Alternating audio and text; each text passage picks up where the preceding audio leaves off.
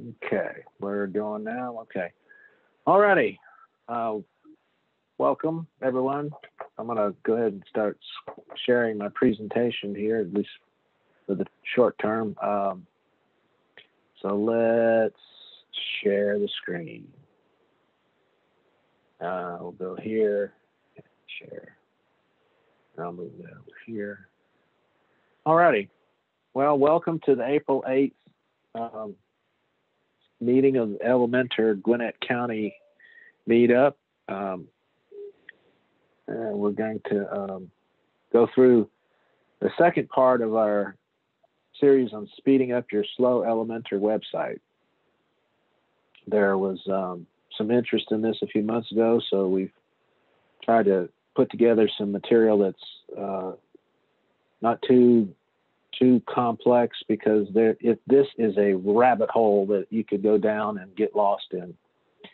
So last week last month we went through and went over some basic stuff, and today we're going to go with a little bit more advanced stuff. So let's see here. The meetup's 90 minutes long. Try to keep it personal in the sense that if you're going to be speaking, turn your video on so we can see you and kind of get to know you. If you're not speaking, please mute your mic, because dogs barking, sirens going by, furniture crashing, all that kind of good stuff. We want to try to keep it down, because it's hard to tell where the sound's coming from. And I have to mention that this session, it says might be recorded. It is being recorded, and we'll share it with the people who RSVP'd tomorrow with a link to the recording. And also we'll have a link to a PDF of the slide deck, because in this particular presentation, there's a number of links, because we're referencing lots of different tools. And rather than have Brian try to keep cutting and paste and you to try to pull them out of chat, we're going to have it in the document itself, so it'd be easier for you to use. So we've kind of said hello to each other already. I'm Kerry Wolf. I'm the host, and Brian, right there, he's the co-host. We are your hosts, and we're happy to see you. We've done our introductions. We're going to speed up the slow Elementor website with part 2. We're going to review and decode some of the more advanced techniques and strategy you can implement to optimize your Elementor website for speed and performance. If you missed last month's part 1 of this series, you can view the recording, and here's the link to, it's a video on YouTube with the recording of the meetup from last month. And this will be available tomorrow when we'll send out the information with the recording and a link to this. Will be a PDF. So we'll go through this will be our presentation, and then if we have time, we'll have questions and answers. And I'm going to revisit some of the things we talked about last time, just to kind of make really clear why this is important. And in speeding up and we've taken the pains to make a point of it being about Elementor websites, because one of the big knocks on Elementor is that it has code bloat and makes a website slow. Now, in Elementor 3.0, they did quite a bit to help with that, but most of that only is applicable if it's a new website that was built after 3.0 came out. They have a setting in there in experiments where you can, I believe it's called optimized DOM, and then there's asset loading. But you can set those to use them, but it's at your own peril. If you do that, make sure you do it on a staging server, or have a backup, because it might break things because you built the site with earlier code and it might get wonky. So speeding up an Elementor site is something that a lot of people are trying to make happen. So why is it important?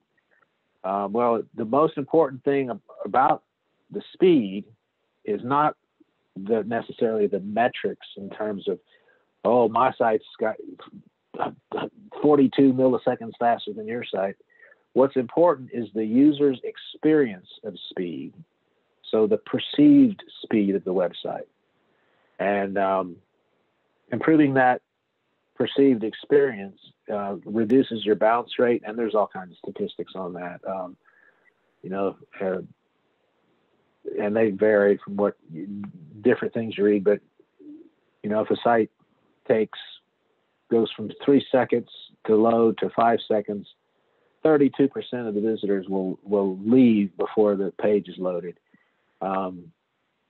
So it would reduce your bounce rate. It will increase your conversions, meaning that conversion is something like clicking on a button that you wanted to click on, clicking on a call to action, clicking on a buy button, click on a sign up for a newsletter button. Those are conversions, and it increases your conversions if your site's fast. And then lastly, and I don't know, arguably most important, I don't know, it improves your Google SEO rankings, and it will do so by definition in May, because Google has announced that in their language, page experience signals will be in the rankings, and rankings will roll out in May of 2021 in that version of the Google algorithm. And so this is, we'll revisit this. This was a piece of a slide from last time, but it says, what are page experience signals? We looked up here and it said that they're going to have this page experience signals will be in rankings. Well, what is that? Well, there are 6 metrics, and I've got them outlined here. This is from a screen in a speed test tool called GT Metrics. These 6 areas are what Google will be looking at, and they in one place they call them page experience signals. Another place they call them web vitals. Basically, of all the things that they can measure, they feel that these 6 items most closely represent a fast user experience, a user experience of a fast website. And this will kind of give you some benchmarks as to what they're looking for. The first contentful paint is like when a page is loading, and how quickly the content is filled up. It doesn't mean all the page all the way down to the bottom, because you may have a page that's got tons and tons of content, but it's what shows in the monitor, whether it be a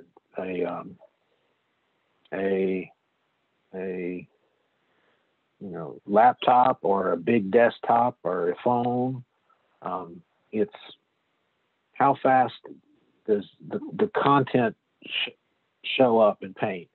Then they have a speed index. How quickly is your content of your page visibly populated? Largest contentful paint. It's the biggest part of what shows up in your browser window on load. How fast does that fill up? That's then there's the time to interactive. How long does it take for them to be able to interact with your website? And we've got total blocking time, which is something we're going to spend some time talking about, because this is what can slow down everything else. And as a website page is loaded, there's lots of different files that have to be loaded. And there are CSS files, there are JavaScript files, there are third-party files like Google Fonts, it might be Facebook Pixel, it might be Google Analytics. All these things have to load in. And if you have these files being loaded before the content that paints the top of your page, the content is blocked until those files load. And that can make it seem like the website's slow. So this can be a real bugbear to fix or to improve. And we're going to spend some time talking about that specifically. And then this cumulative layout shift is when the page is loading, your things there, and then they move around and they bounce around. Or is it just load smoothly?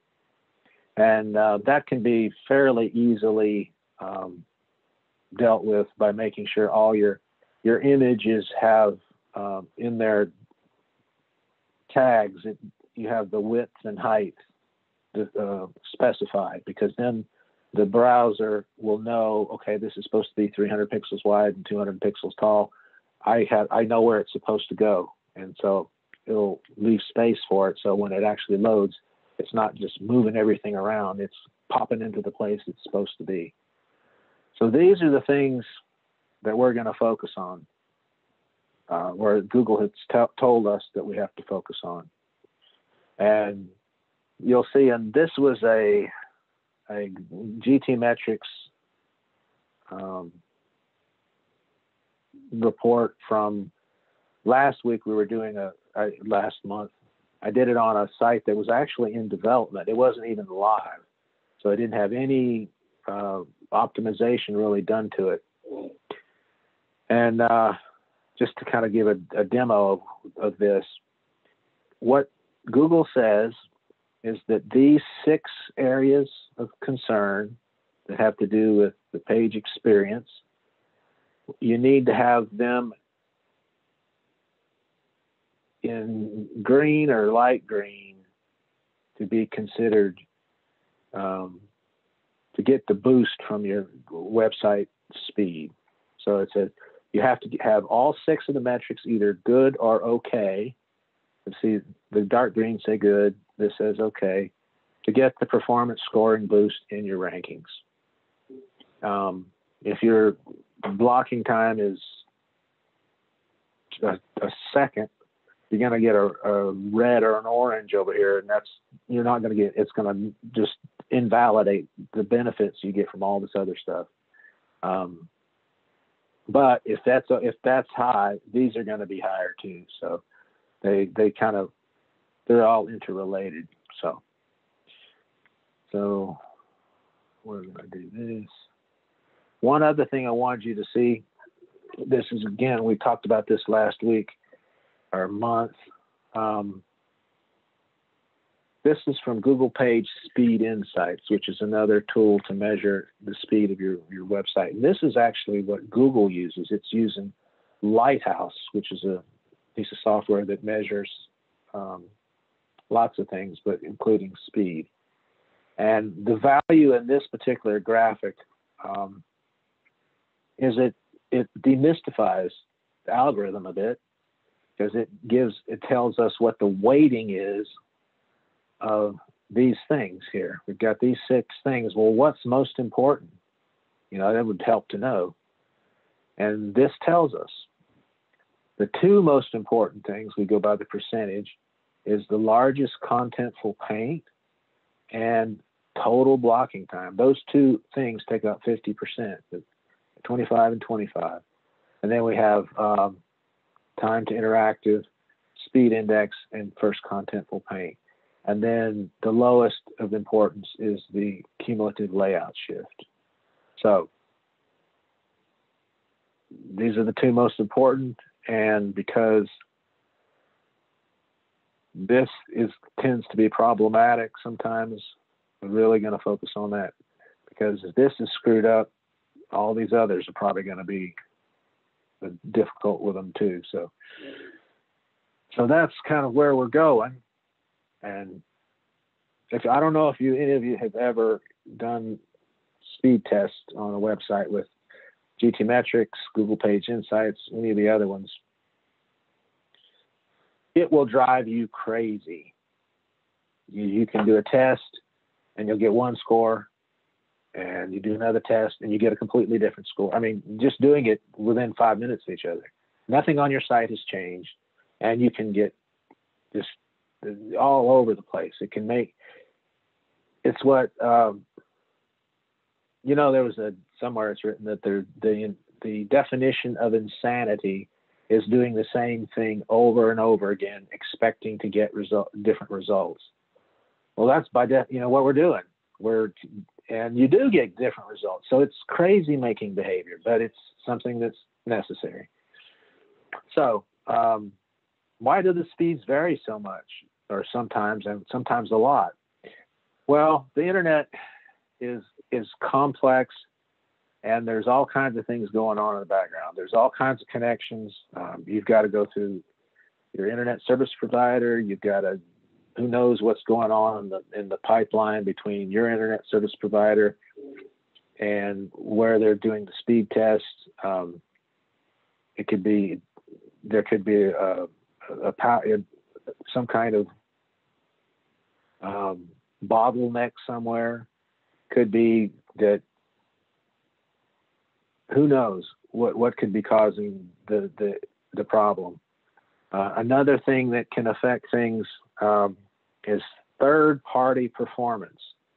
And this, from my experience, and it's not, totally comprehensive, but I've messed with it for a while now. In my experience, third-party performance is of scripts or files. It is the number one issue or blocking time, which slows things down. Because third-party sources are things like Google Fonts. They're coming from Google. If you have a CDN, Content Delivery Network, those are supposed to make your site faster, but sometimes they can make them slower if they're having a network issue. YouTube embeds, because you've got to, the video has to be fed from YouTube to get there. Sometimes people will have forms that they might generate in some kind of third-party software like HubSpot or Constant Contact or ActiveCampaign, and they give you a little code to put on in your page to have a form to where people fill it out. They sign up and they get added to your list. Well, that's not being served by you, and you have no control over how fast that connection is. And that can slow down how fast your page builds out. So there's a link here that from GTmetrix that goes into much more detail as to answer this question about why is my performance score always changing, if you care to take a look at it. So there's some popular tools that you can use to measure WordPress site speed. The two that I have messed with the most are GTmetrix, which you've seen screen grabs from already, and then Google Page Insights. And Google Page Insights is important in the sense that it helps understand what Google is looking at, because this data is what Google uses to determine the speed of your site. And there's some differences though, because if you go to, when I talked about how the speed differences can make you nuts, because you can get a really good GTmetrix score, get an A and all this good stuff, and then you go over to the Google Page Insights, you know, maybe you had a 95 on GTmetrix, and you go to Google Page Insights and you get a 12. How can that happen? Well, there's a couple things going on. GTmetrix measures the speed as if it were a desktop and as if it had a pretty hot connection, pretty strong connection. Google Page Insights has two data sets. One is for mobile, like on a phone, and that connection is throttled. It's purposely slowed down to be like a strong 3G network or a weak 4G network. So by definition, it's going to be slower. And then they have the desktop, which is a faster connection. But it's intended to show more real-world speed data. So those are, I think, the two most helpful tools to use to test your site. There's a couple other ones, web page test, fast or slow, that you take a look at and see if they appeal to you. I don't use them very much. So going back to what we talked about last month, I can't get out of, I want it to be last week. What can I do to speed up my Elementor website? Well, here were the basic areas we covered last month to improve your website speed, and we covered quite a bit of stuff. And the recording for that meetup is available here. You can have access to it, or you'll get this in the PDF that I send out tomorrow. But we covered your hosting, how important good hosting is to your site being speedy. The version of WordPress matters. It matters for security, but it also matters for speed and performance. Like, for instance, I think it was version 5.4, maybe 5.5. I think it was 5.4, where WordPress introduced lazy loading images. So that is a big help. Talked about your plugins and how it's important to manage those properly. Your images, about half of the load, they call it, of a page, oftentimes, of what a website's loading in, are made up of images. So you need to optimize your images, and don't need to optimize the image in terms of compression, but also in terms of actual size. There's no reason to have an image that's 6,000 pixels wide if you're putting it in a little container that's 400 pixels wide. It's just it's a waste of bandwidth. So you have to take those into consideration.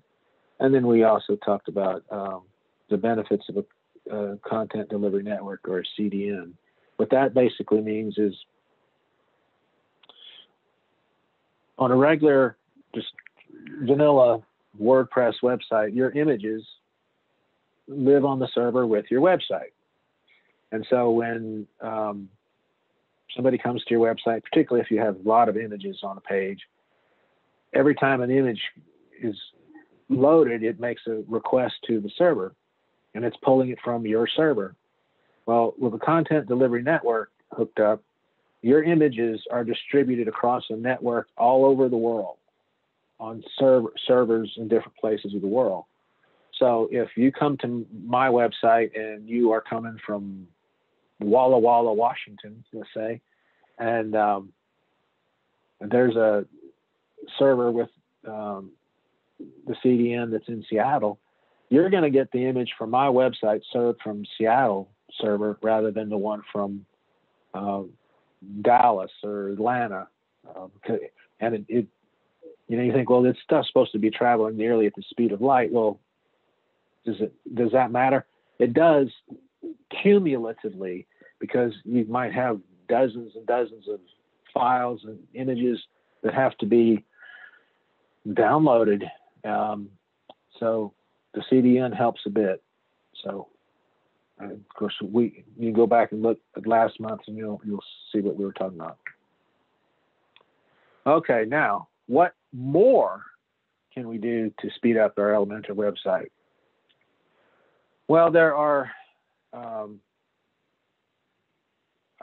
kind of I've called them caching / performance optimization tools. Several of these are referred to as caching plugins. Not all of these are plugins, and not all of them do caching. But of all the things that are out there, and in looking at people in the WordPress space that I respect and trust, I've come up with these 4 that I think might be the most helpful. I've got at the top WP Rocket, which it calls itself a caching plugin, but it does a lot more than caching. It does a lot of optimization with scripts and files and quite a bit. You can go to their website and check it out. And it runs $49 a year per website. And right now it's 20% off until April 14th. So if you're interested in buying it. Then the next one is something that there's been lots of buzz about, and people talk about how it's just like super duper, is NitroPack. NitroPack is more of a service rather than a plugin. It has a plugin, but the plugin that you put on your website hooks NitroPack up to your website. The plugin is not doing the work. Their cloud-based service is doing it. And this is considerably more expensive. They have a free version that you could try out to see if you like the way it works. But it's for one website, and you get 5,000 visitors or page views a month for $21 a month or $210 a year, because they have monthly pricing and yearly pricing, which is the next tier up. For that price, you can get 50,000 page views in a month. And so we go from $49 a year to $210 a year. And that's per website. So if you were a web developer making websites, you would have to be willing to fork out a lot. Your website better be making you some money. But people get really tremendous results from it. So, if somebody's willing to pay for it, they can go that route. WP Optimize has a free version, and the link in the WordPress plugin repository will take you there. And they also have a paid version that's listed after. It's this one here that says Get WPO. It's very well regarded, and it can do a lot of helpful things. And then there's Auto Optimize, which is not really a caching plugin. It's an optimization plugin, but it's free, and that's good. And it can do a lot of the things that we're looking to do. Now, let me see what's next here. Go back.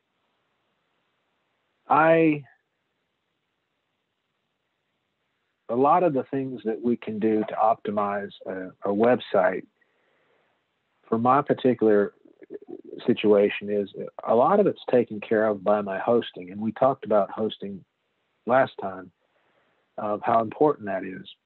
But a lot of the things that, I don't have to have a caching plugin because I use WP Engine. WP Engine already has caching built in. It's server-side cache too. It's not being run by a plugin. It's on the server. There's a number of things that we'll cover, or we'll see that can actually be handled by your host. And so my personal website, or my business's website, has up until now been running auto optimize to deal with when to load scripts and that kind of thing. But with WP Rocket, you know, having such a great reputation, and WP Rocket is the only caching plugin that WP Engine will allow on their platform. And they've got some integrations to where that it automatically turns off some things when it's on a WP Engine site. I went ahead and installed WP Rocket to see how well it worked. So I went through the WP Rocket and did all through the setup, and then ran the GTmetrix tests, and it was worse than auto optimize. And I tweaked it and tweaked it and tweaked it. Could never get it to be as good as auto optimize, just the way it had been. So I went ahead and deleted WP Rocket and went back to auto optimize. So what's the old saying? Mileage may vary. You know, it's really one of those things that you can't say what's going to work until you try it. You do lots of experimenting. And I discovered a few things that I could do to make auto optimize even better. So I'll share that with you here in a little bit.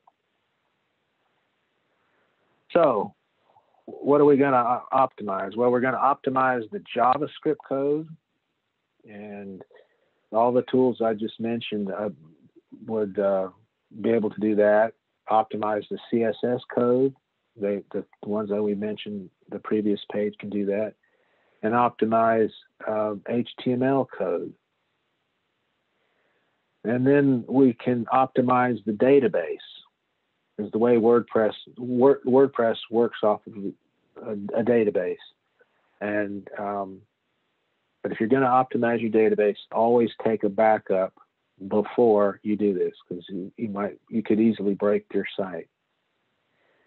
WP Rocket and WP Optimize actually have it as part of their setup to where they can do database optimization. There's some other database optimizing tools that might be helpful. One of the things that can happen when you have a site that has, particularly if you have, let's say you have an active blog and you've got people writing articles, and I don't know if you've ever seen in your right-hand column of your blog, as you're working on it, it'll show numbers of revisions. And some people, I guess, when they came up with that, thought, well, that would be really helpful, because what happens if you decided you wanted to go back and make it the way it was? If there weren't revisions, you'd be screwed. So they have revisions. Well, the revisions take up space on the database, and I have come behind people, you know, that I've inherited or taken over maintaining websites for people, where they have a single blog post that might have 34 revisions to it. So there's 34 versions of that post in their database, and multiply that times 100 or 200 posts, you can see it can get really bloated. So you might want to delete some of those revisions, which you can do from inside WordPress. But that leaves sort of empty, loose tables laying around in the database. Well, you can optimize your database after deleting revisions, and there's a link here to a plugin that will do that. If you have a plugin that you've had on your site and you use it for a while, and for whatever reason you decide you don't want to use it, and you delete that plugin, good plugins will clean up behind themselves, but there are some that will leave empty or fragmented database tables behind. There's this plugin here that will, the WP Optimize, which we talked about previously, right here, will do that. And it's the free version that will actually clean up the unused tables from deleted plugins. Then optimizing the database continued. You can also disable or limit post revisions. And you can do that with this plugin called WP Revision Control. And basically what you can say is, I don't want to have any revisions, or only save up to 2 revisions or 4 revisions or whatever. One of the benefits of, at least from my opinion, of using WP Engine, they don't save any revisions. It's just not in the system. Because it slows everything down. So you could use these plugins, or if you're more technically inclined, you could go into your website's WP config file, and if you want, and this got some sample code that you could put in there. If you say you wanted to limit to store only 2 revisions, you'd add this to the config file. If you wanted to disable it altogether, you'd add this. And again, this will be available in a PDF that you could just cut and paste. You could copy that and paste it into your WP config file. Okay. So let's revisit the page experience signals. This is kind of what we were looking at before here. I think it's for a different site though. That's okay.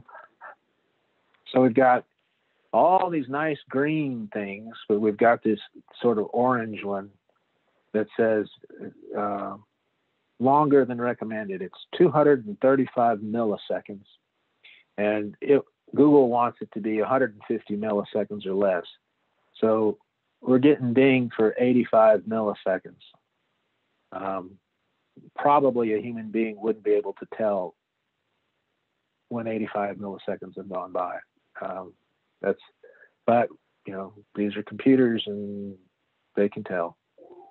So so we want to be seeing what the heck can we do about this? What causes this? What can we do about it? So this is a screen capture of the further down the page. Let's see, GT metrics. Let's see here. Let's run a real quick test. Let's see.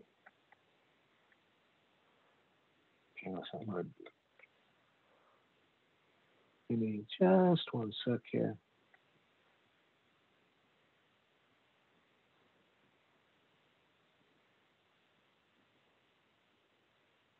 And I'll copy the URL and paste it in here and let it analyze it.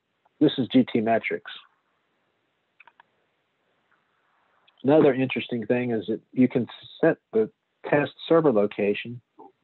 And Vancouver's kind of far away, and I thought, well, let me change that. So the closest one that I could find was Dallas. So I had to do it from Dallas. This was a couple of days ago when I was running tests. Darn one from Dallas was slower than the one from Vancouver. So there, go figure. So let's look at what we've got here. Actually, we got green all across the board this time. See what I told you about things changing? Now we're green all across the board. You could do it in 5 minutes, and some of these might be orange. It's a strange world. So if we go back to what, where is our Meetup here? These are in, I think it's in the structure. No, here we go. Well, this one doesn't have any issues with blocked content. So cool. So this would show up in this window here, and we said would be high impact. But this is what we're looking at. This is, it's telling us to eliminate render blocking resources. These are resources that are blocking the page from being completely loaded, well, loaded in the viewport. Now, it's not talking about what's going on down below, you know, the bottom of the page. And if we look at these closely, we can see that most of these, a lot of these are CSS files. So we got all these CSS files. This is the font, Google font file that's blocking stuff. Let's see. This is another CSS file. And these last two are JavaScript files. And we can see that if we could have them not be render blocking, we would save almost a second, 826 milliseconds. So what do we do about that? Well, let's see what we can do. Page down. Okay. Eliminating render blocking resources. Says consider delivering critical JavaScript and CSS inline and deferring all non-critical JavaScript and styles. Styles is another way of saying CSS. And what is critical CSS? Critical CSS is the minimum set of style sheets that are required to render the first screen's, the viewport, worth of content to the user. So for the page to show up in the window correctly, the CSS has to be loaded. So that's the critical CSS for that. But the rest could all be deferred until the rest of the page loads. And the user would never know because it's still loading below the fold and they can't see it. So what we want to be able to do is defer some of the CSS to load later and just load in the critical CSS. And that the performance tools that we've mentioned, the 3 or 4 of them, I believe all of them can help with this particular issue. But on my website, what I've used is Auto Optimize and a tool called Critical CSS. And actually, it's a service that you hook up to your website, and it analyzes your web pages and decides what the critical CSS is. And I'll click on it. Shoot. I'm going to open this in a new tab. Page down. Got all smart and was trying to use the link and got myself off track. Let's see, blocking time. Okay. So we'll open that in a new tab. Okay.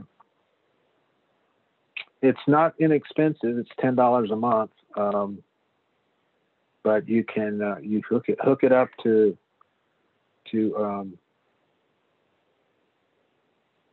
your Auto Optimize, and let's see here. Let's see how it works.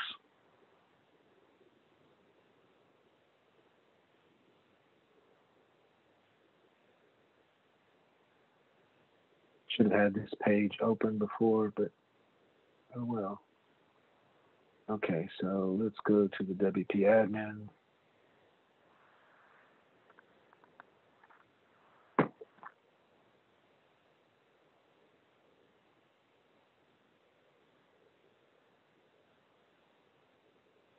We're loading the back end, the administrative area to the website. We're trying to. Okay.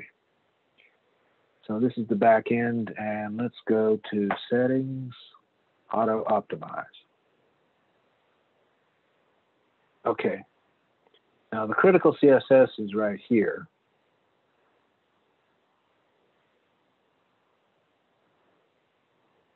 And these are critical CSS files that this tool has generated for every page on the website. So what it's going to auto-optimize and this tool is going to do is going to load this special CSS file first so that the above the fold content displays correctly, and it takes care of all that for you.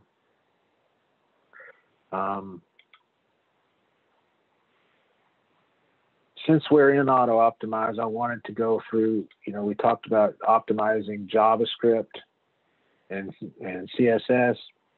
Well, as I was preparing for this talk, I discovered a couple of things. Because I used to have, last week, I'd have this box checked where I aggregate the JavaScript files, which means it takes all the JavaScript files and puts them into one big JavaScript file.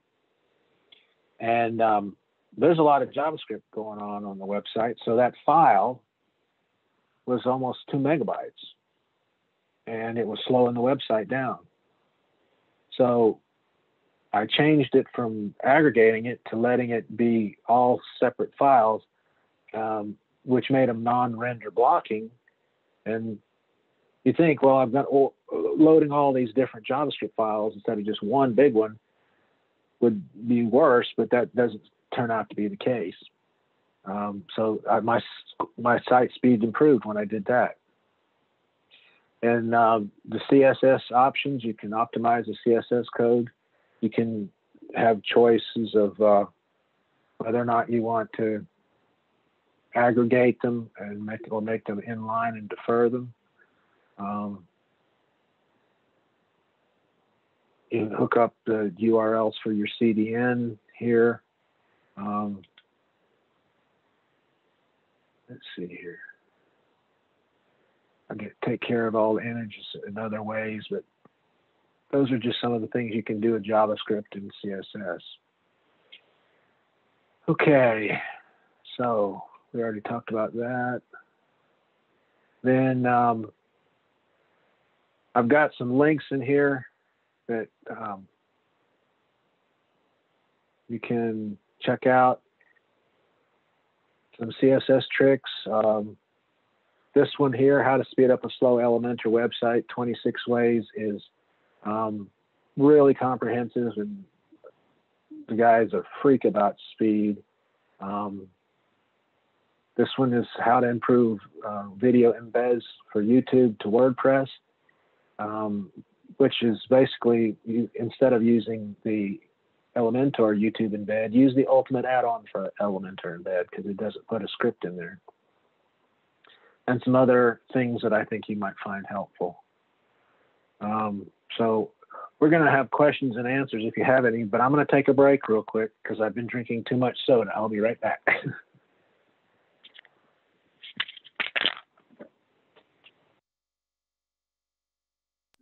Does anybody have any questions while we're waiting on Karen? We can go on and address.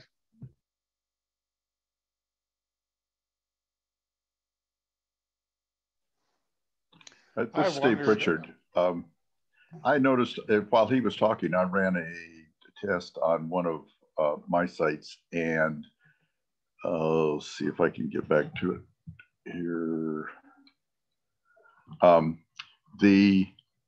Under the summary tab,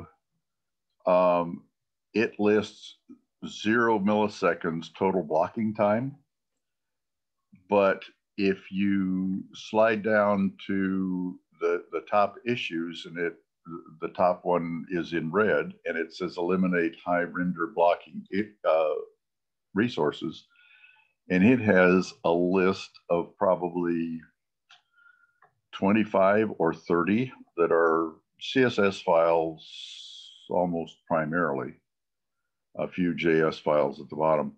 I'm assuming that it's picking those up as just being primarily or as potentially render blocking, but since that they are, I'm assuming, at the bottom of the load, it lists 0 blocking time, 0 milliseconds rather. Does that make sense? Probably not. Hello. Sorry, I was muted as well. Okay. I think it does because it hasn't painted that portion as of yet. So, Carrie, what Stephen was asking, and correct me if I'm wrong, Stephen. Matter of fact, he doesn't have to hear it from me. You could just reiterate it. Okay, Carrie, when you were talking, I went and ran the GT Matrix on a site that I monitor, and it lists under performance 0 milliseconds as total blocking time. Very good. If and then there's a but.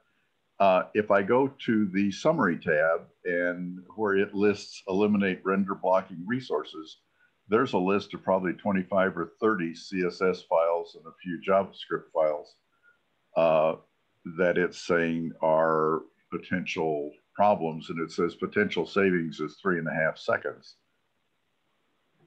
Well, I'm assuming these are coming in at the bottom of the load, so they don't actually affect the blocking time that it lists as 0 milliseconds. Right. Because, well, first of all, it's surprising they call it render blocking if it's not render blocking, but in the wording that goes along with that message, I do believe they have a wording that says these files may cause problems. It doesn't say they will or do. It says they may. So if you're getting 0 render blocking, good for you. You get a gold star. I don't know how I did it. Well, that's one of the crazy things about this is, I mentioned earlier about it could be almost like crazy making behavior, because you can do something that and it make a big difference, or make no difference, or you can do nothing, and the scores change from day to day or from hour to hour. Right. So kind of, I think what we have to do is,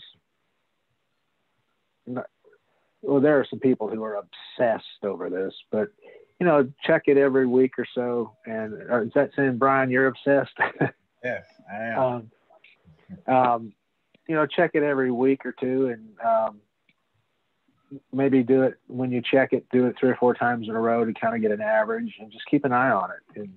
And maybe one day it's not so good, and then the other 5 or 6 times it's good. So, but if when there's a big update to Elementor or any kind of big change to your website, it's probably a good idea to recheck it just to see if there was anything that might have been a problem. But it's possible to set up GT Matrix to send you periodic reports too, which is very convenient. Mm-hmm. Yeah, I think you can automate that for sure. So if you're using the free version, that's only for desktop. If the paid version is where you only get the mobile. Only get the mobile, or get the mobile too? You get the mobile, I'm sorry. But, yeah. Because Lighthouse gives you both, where if you use the free version of Matrix, it only gives you desktop. And I always score well on desktop, but when you hit the mobile is when it really counts. Yeah, and you have to do there's other things that you can do for mobile, and we talked about this in last month's meetup, is serving different size images for mobile. In Elementor, you have the responsive section to where you can actually change in different ways. You could, like for instance, I have a couple of sites that might have a big banner image at the top, but when it gets down to mobile, if you looked at the Elementor builder view of that page, you'd see the big banner image, but underneath you'd see a little 600 pixel wide grayed out image that's sort of a variation on that banner. And that little small picture is in the responsive section of the advanced tab, is set to hide on desktop and mobile, or excuse me, on tablet. But when it gets to mobile, the big banner is set to hide and the little picture shows up. And sometimes you might have content on a web page that, you know, some web pages can be fairly complicated in their layout, and it's sometimes a good idea to simplify the layout when you go to mobile. A lot of Elementor, the way it's built in, will do that. Like if you have 4 columns in a section, as it gets down to mobile, it will make them 1 column all by itself. But you know, there can be some setups, particularly if you're using nested columns, where you can get messy. It's perfectly okay in some instances to have actually the content be a little different on the mobile than it is on the desktop. You know, maybe not so many pictures. Maybe if it's maybe if you're listing blog posts on you know, like an archive blog post, rather than have a featured image on every post on the mobile version, it's just the title and the excerpt. You know, you can set the featured image to be hidden on mobile, so it just doesn't even show, it doesn't even load.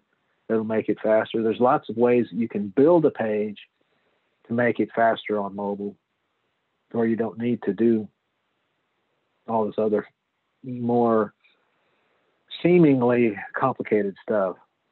So hope that makes sense. Yeah, what will really kill your site is the background images. You know, I'm having a problem with that. Sometimes I use what is it now? I can't remember it. Unsplash. Yeah. And you pull some images from there and you use them. And if you put them in the background, they don't lazy load. And I use a lot of them, you know, or not a lot of them, but I use a few on some of the sites that I have. And I mean, they'll take as long as 2 seconds to load, and they'll kill your time. And I'm still trying to find out how you can lazy load those. And I know there's code that you can use, but where do you put it? Yeah.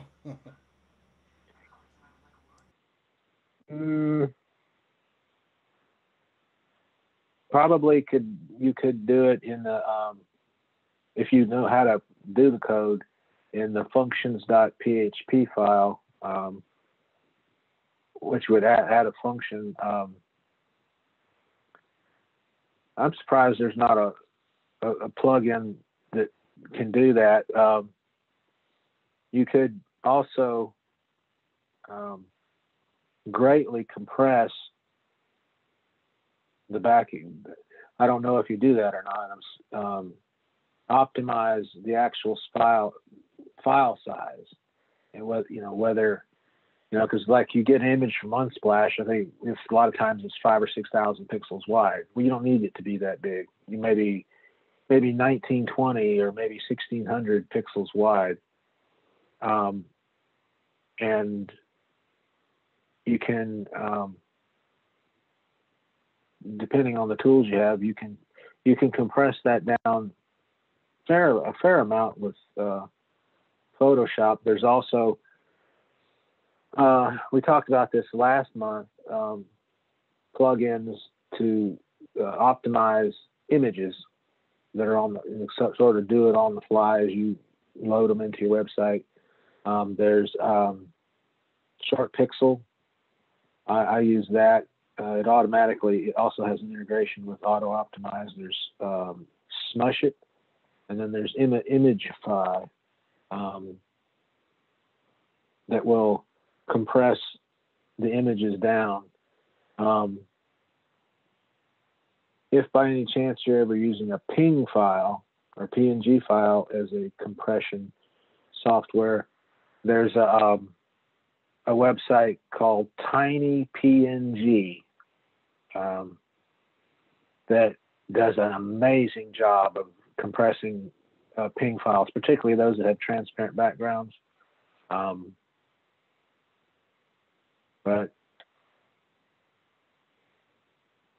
I don't think I've ever had it come up about lazy loading a background image. It would make sense to do it above the fold because, you know, you want that to show up. But then it wouldn't really matter, I guess, because if it's below the fold, it's not affecting it would affect the total page time to load, but where Google's and the user experience is more of what they're seeing, how fast does it seem like it's loading. If it's loading a background image that's 3/4 of the way down the page, it'll be loaded before they ever get down there. I'm not sure that it makes that big a difference. But no, I don't know. Does anybody know about how to lazy load a background image? I don't think I've ever even tried to do that. So, well, that's one we'll have to look into and see if we can come up with an answer for next time. Yeah, it's I mean, you're using I use background on my hero sections on above the fold on some of them, and right. You know, and that's you know, and then I've had to take them down, you know, because I haven't been able to, you know, figure out a way to optimize them. Man, I've done a lot of research on them, but that and your fonts, you know, your fonts and your images are probably the worst that I'm having, and I use LS Cache, and that's probably the best caching plugin that I found that works. You know, auto optimize, and you know I did everything I could with it. You know, and I just could not get it to work right for me. But I went to LS Cache. Of course, I use Green Geeks, you know, for my hosting. And even though it is managed, you know, they have LS Cache as their caching on their servers too. So that's probably a big plus. But you know, all the others, I just never had any really good luck with them. Well, the fonts can be something that you could. I don't know what kind of your experience you're having with it, but it's, you know, it's kind of best practice to not have, at very most, 3 font families, and usually 2. You know, 1 for headers and 1 for body text, and then not too many variations of those. Like if you had Oswald as your headline font, you don't need to have, you know, the 300 to 400 to 500 to 600 to 700 to 900 weight of all of those. You know, pick 2 or 3 of those. Because, you know, a lot of people don't realize that it makes a difference, but it's going to be loading all that stuff. And if it's not needed, there's no reason to load it. And you know, there are some sites that they just have 1 font family. You know, the header is just a bold version of the font that's used in the body text. But I guess it, you know, you can get, I guess it depends on what your background image is, and because, you know, the more detail there is in an image, the more data it's going to take. You know, maybe the images could be blurred. You could do a Gaussian blur on them and take out some of the detail. Maybe it's not necessary for it to be completely crisp and sharp, because a lot of times if you're using it as a background image, you're putting text on top of it, and usually you want to try to mute the background a little bit so that the text is readable over that background. So I've not run into the backgrounds being too much of a problem. Like this image here, this background image, this is a background image on this header. And it is, let me inspect it and see here. Gary, you're not sharing the screen. Thank you, Oscar. Where the heck is it? Google Chrome. Okay, we good now? Okay, this, as you can see, this gets big, but I think it's 1920 by 400 is the size of that image.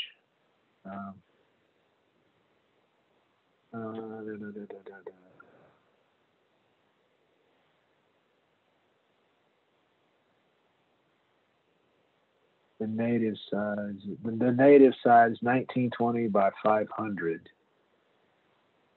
and it's set to be,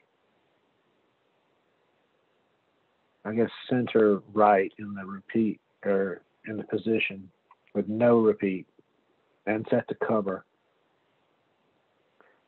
So, and I'm not sure how big that file is, but let's see here. This, with that image on there, these are the kind of scores we were getting just a few, 30 minutes ago on GT Metrics. And it doesn't show that there's anything blocking, any render blocking stuff at all. So who knows? I might run the test again, and it is, I get an F. You just never know. I have a question. So, what sure. about animations? Elementor's kind of got all kinds of animated choices. Doesn't that slow down anything, or what's your experience? It can. I guess it depends on how crazy you want to go, because it's all done with JavaScript. And some animations are above the fold and some are not. So you could, with there's other services that can parse out your page code to decide which JavaScript can be loaded later, but most anything that's going to have any kind of animation. Let's see, let's reload this. I'm going to share the screen again.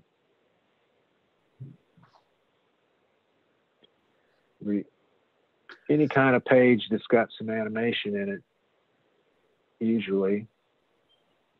It could be done with CSS.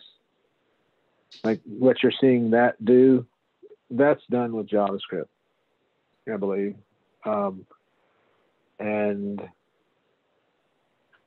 these movements, they're JavaScript, but they obviously are lazy loading because they don't even start moving until you get down to that particular part of the page.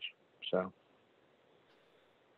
but yeah, you know, just like many other aspects of Elementor, you know, sometimes it's easy to get carried away because, you know, you can do all kinds of fancy stuff. Just because you can do it doesn't mean you have to do it. It's what, does it add value or interest to the site? I would certainly consider, if you have a bunch of animations, turning them off when you get to mobile, which is it's able, you can do in many instances. So because what's happening or has happened already is it started sometime in the last year. I want to say spring of last year, maybe before. Google started using your mobile version of your website to rank it. It was looking at your mobile version to decide whether or not it was a good page for somebody to see.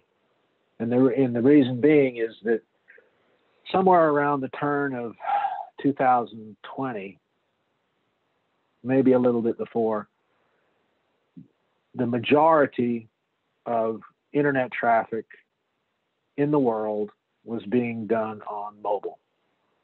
And I think now it's something like 57% of all internet traffic in the world is on what amounts to a phone of some kind.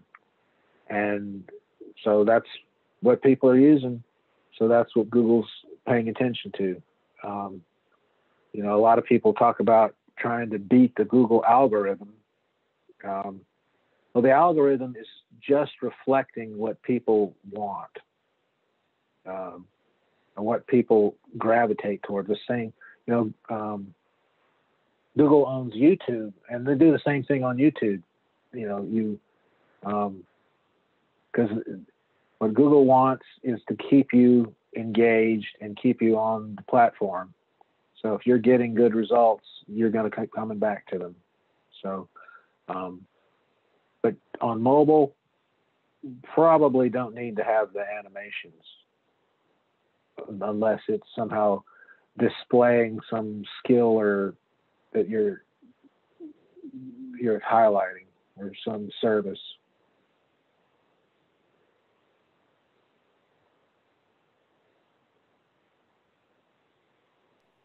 Hey, Kerry, we only have about 10 minutes left. Okay. Well, I don't have anything extra to share. Do we have anything? Doug made a point in here. I see about self-hosting your Google fonts. You can do that. You can also self-host Google Analytics. Run by self-hosting and means host them on the website. And okay. There's a question about SiteGround SG Optimizer for optimization. I don't know anything about that. Has anybody had experience with that? Yeah, I had it when I was on SiteGround. It worked pretty good. It was similar to the offering, the caching and optimizing offering from WP Engine. It's just not a actual plugin like SiteGround. It's an actual plugin called SG Optimizer. Okay. But I didn't see any drastic change. I used it because I was on SiteGround, so I said, hey, optimize, you know, at the server level. Definitely take advantage of optimizing at the server level if you can. So I took advantage of it, but I didn't really see a drastic change. I'll tell you what, because I had all the others. One thing that made a huge difference, that I noticed in site speed was making sure you have the latest version of PHP. We talked about this last month, but you know, because there's a lot of websites that are running on PHP 5.6 something or other. But you move up to PHP 7.4, you will, you know, we've been talking about 200 or, you know, 147 milliseconds. This was noticeable. It's like, boom, it's way faster. So if your host is, you know, make sure your host, if you can, has the latest version of PHP, because that will make a huge difference. So.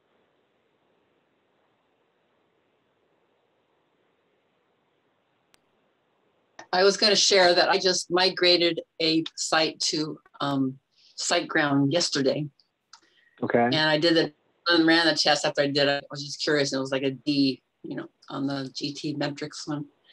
And it came with the SiteGround optimizer, and I went through all that and went up to the A. So that was just good. After tweaking everything on it. Yeah. Yeah. Well, good for you. Yeah. There's a lot of things you can tweak. And it just kind of depends on the site and the way it's built, and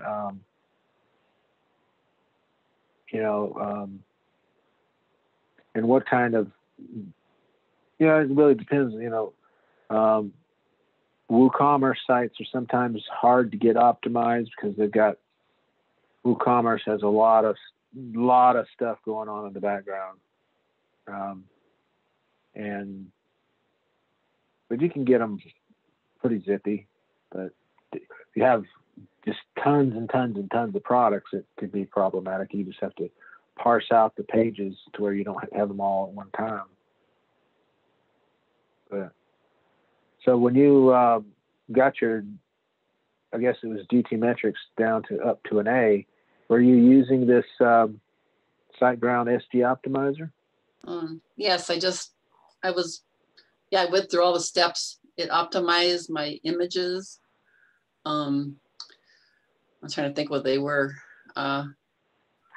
Compiling all the CSS files and the JavaScript files. And I don't know the right language, but it had a lot of steps to go through, and I kind of did them all. And right. I ran it, and I was, successful. So that made me feel good. Good for you.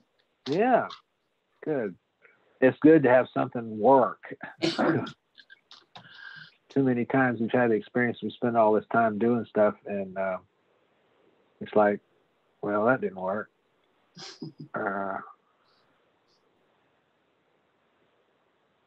Okay. Got about 5 minutes or so before we have to head on out. Is there anybody got something else they wanted to share, or some insights into this whole topic that we haven't covered? Because there's a lot to this. Yeah, there's the thing that's kind of bugging me right now is in May, Google is going to use the site speed as a ranking factor. Yeah. And between that and what's going on with Gutenberg, there's the threat of page builders is in the wings. I'm wondering what's going to happen with Gutenberg and what's going to happen with the page builder. There's a lot of people that are switching, getting away from, not only, I mean, all page builders. I mean, not just Elementor, but, Elementor is probably the one that is the worst when it comes to, optimizing. And so, I've been using it for 3 years now, and I'm just wondering what's going to happen,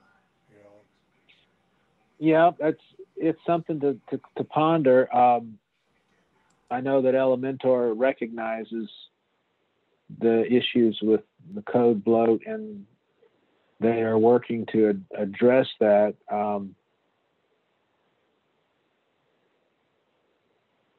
And then they have,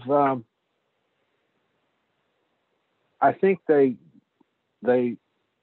lost a little credibility and ground with the release of 3.0, because that was, even the people at Elementor will tell you that was an unmitigated disaster. There was 19 patches in the first 2 weeks. It was kind of hairy. And so they've completely redone how they do updates and how their internal procedures are for doing things. I'm thinking it was interesting. Let's say that. Interesting in the sense of the Chinese proverb that says, "May you live in interesting times," which actually means it's kind of almost like a curse. But I think Elementor maybe they have bigger plans down the way, I think. And Brian and I have been trying to decipher them for a better part of a year now. Because now, they don't call it a page builder or they don't call it a plugin. It's a website builder is what they call Elementor now. And with Elementor, you really don't need a theme. It's kind of like, I don't know if you're familiar with the tool Oxygen. It completely disables the theme, and you just build it with Oxygen. I think Elementor is moving in that direction. We had hypothesized a year or so ago that maybe Elementor is planning even on not even needing WordPress, although that's kind of hard to imagine because they've got so much invested in the community, and so many WordPress people are into Elementor. I don't know. We'll see. I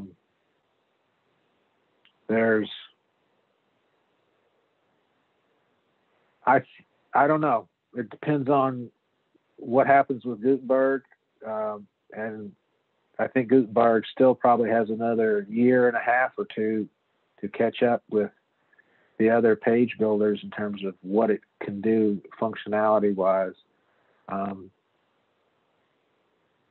We'll just have to see.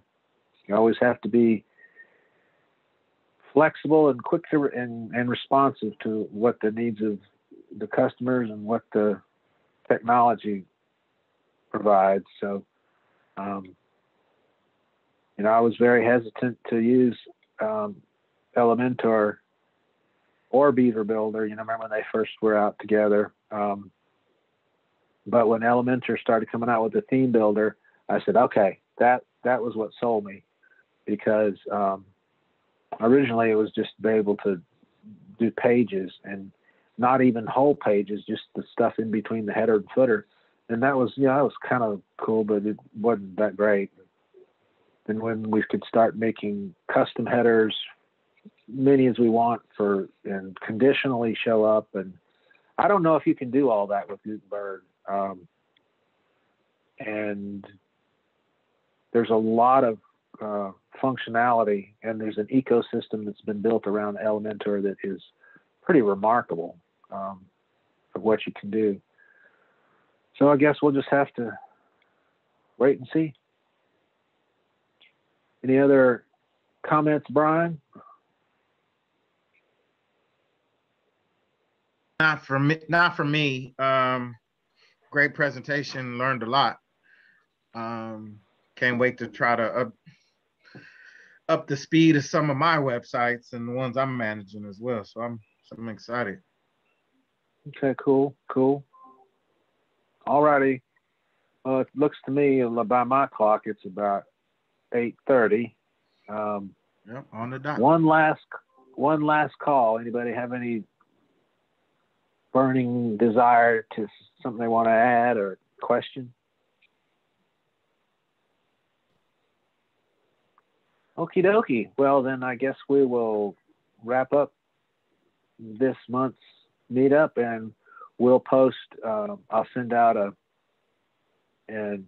message inside of Meetup to all the people who are RSVP'd with a link to the recording, as well as to a download for the PDF that has all the links and things from the slide deck. So I appreciate all you coming and sticking it out, and look forward to seeing y'all next month. Okay? Thanks, Gary. Thanks, Gary. Very good, Gary. All right. Bye-bye. Thank you so much. Take care. Bye-bye. Bye-bye. Very good. Thank you. Thank you for taking the time to do this. Oh, my pleasure. It was important. How have you been with NitroPack? Have you used it personally? No, I remember that you had talked or mentioned it in the meeting last month, and